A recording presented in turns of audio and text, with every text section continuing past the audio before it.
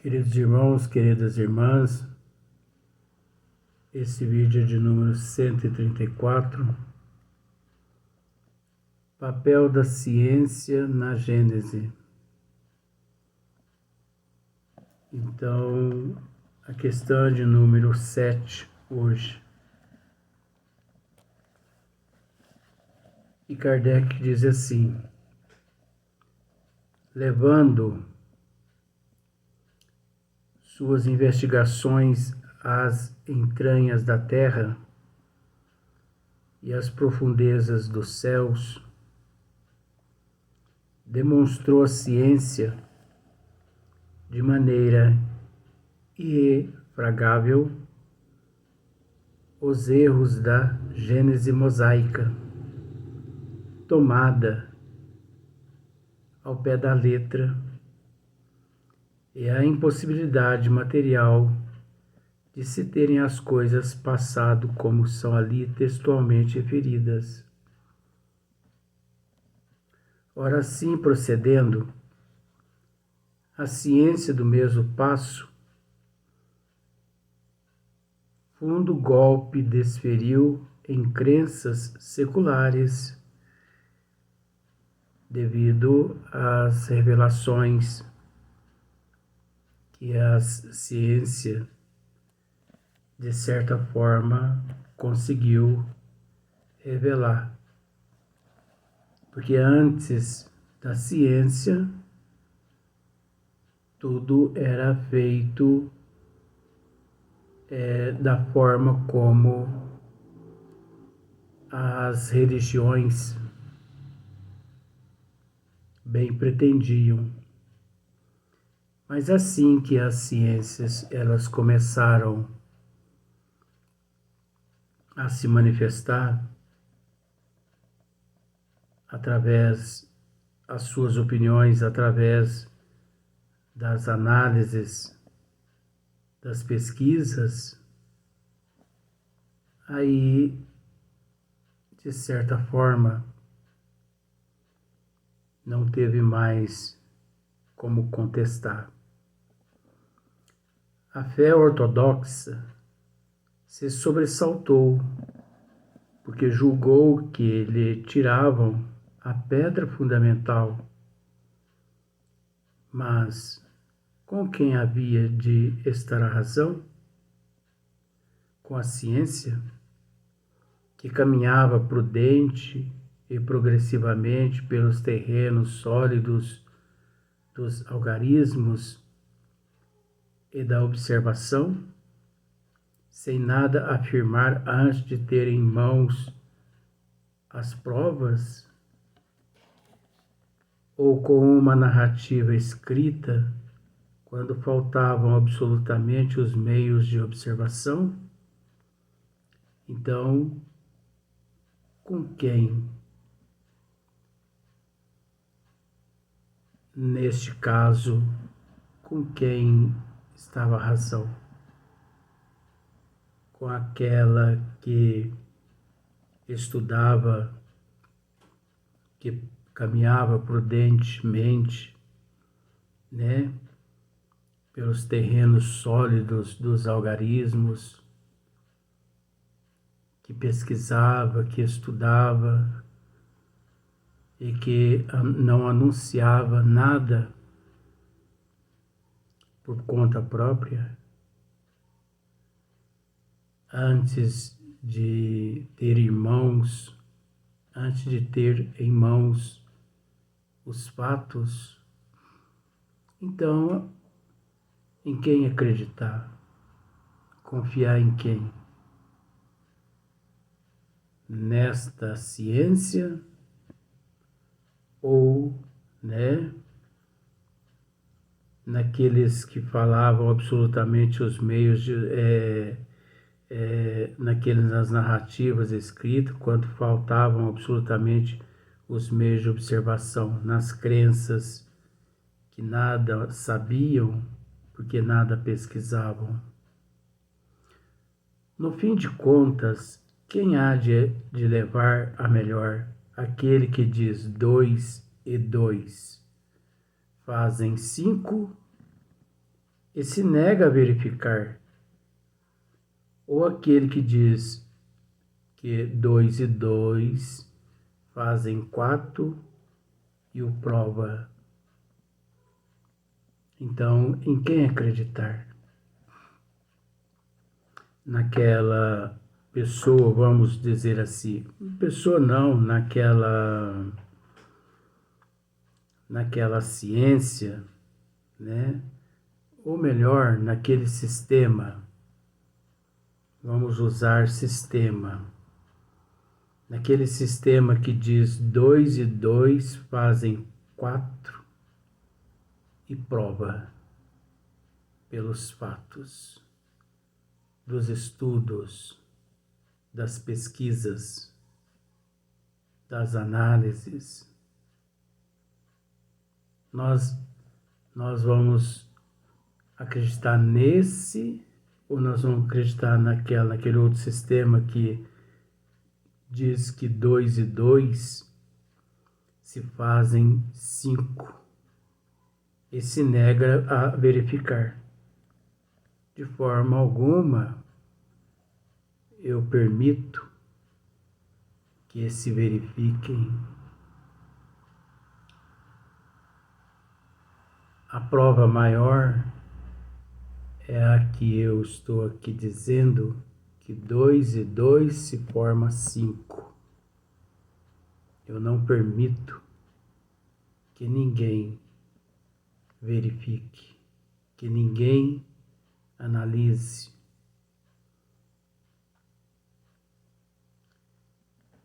Dessa forma é que nós podemos dizer que muitas religiões elas conseguiram se manter em pé, muitos sistemas conseguiram se manter ativos, porque infelizmente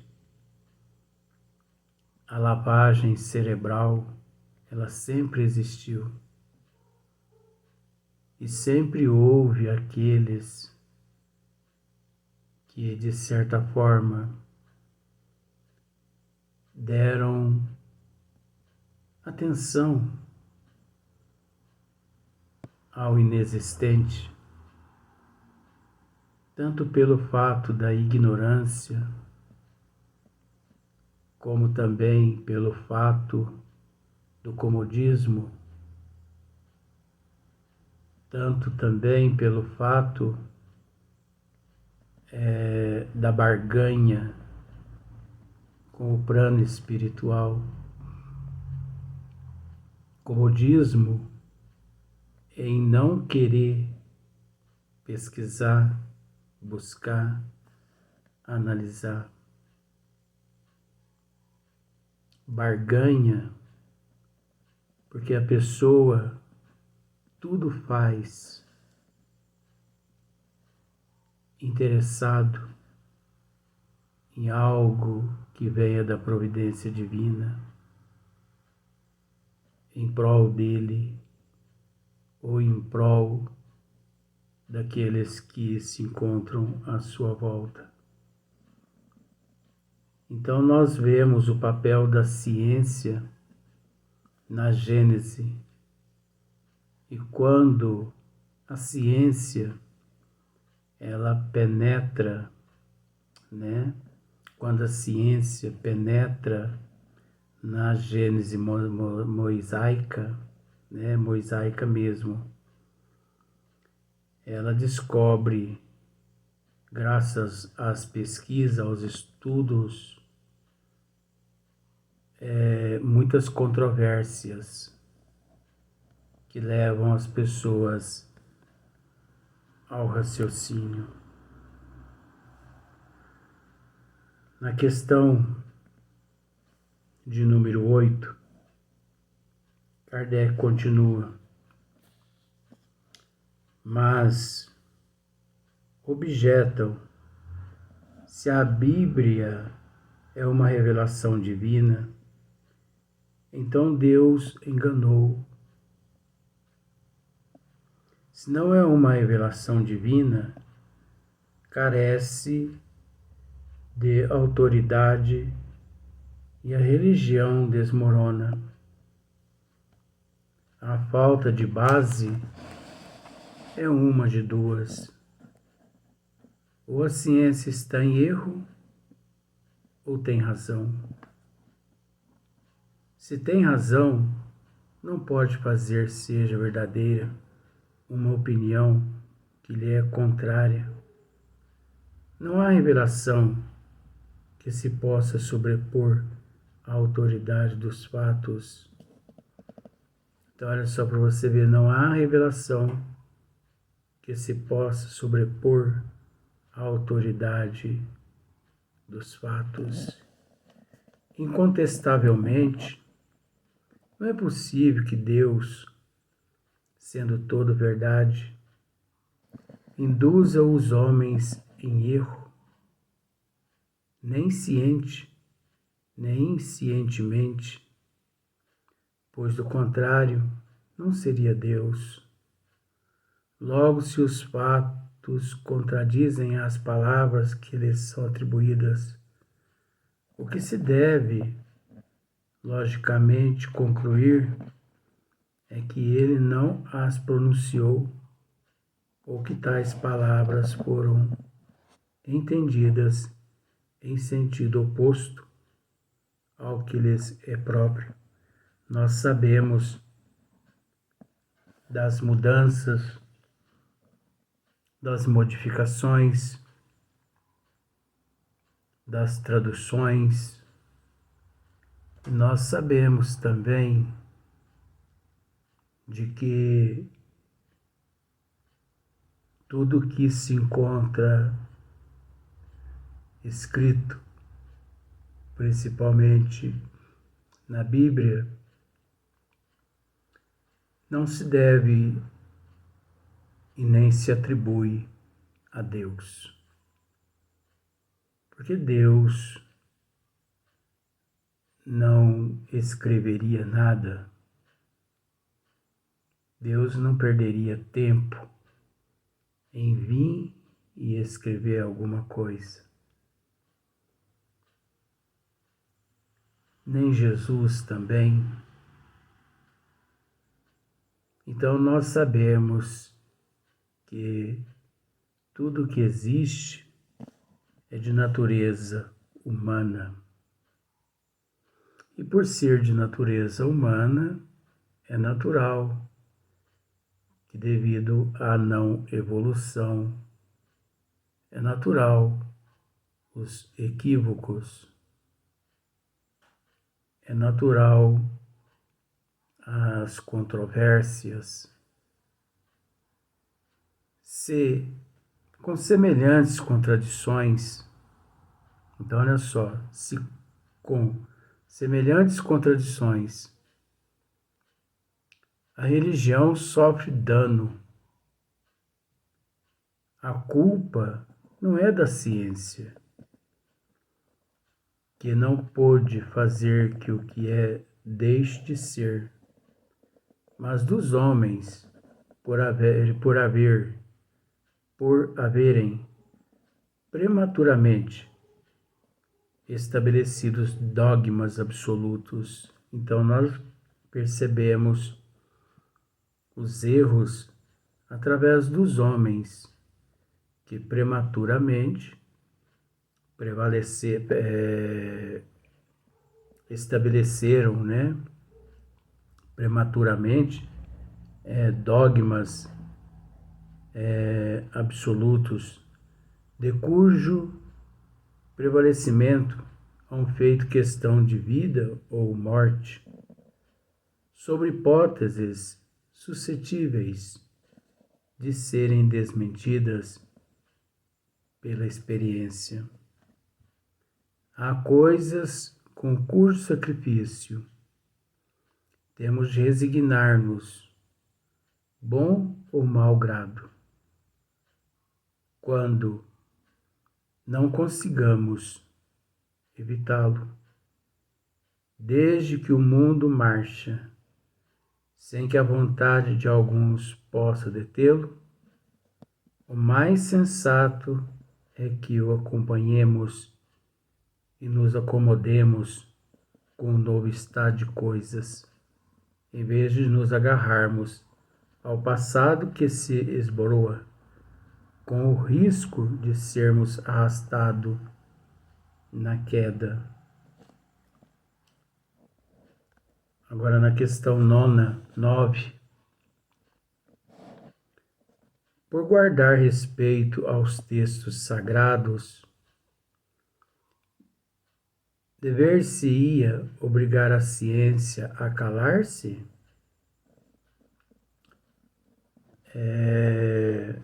Por guardar respeito aos textos sagrados, simbolicamente, né?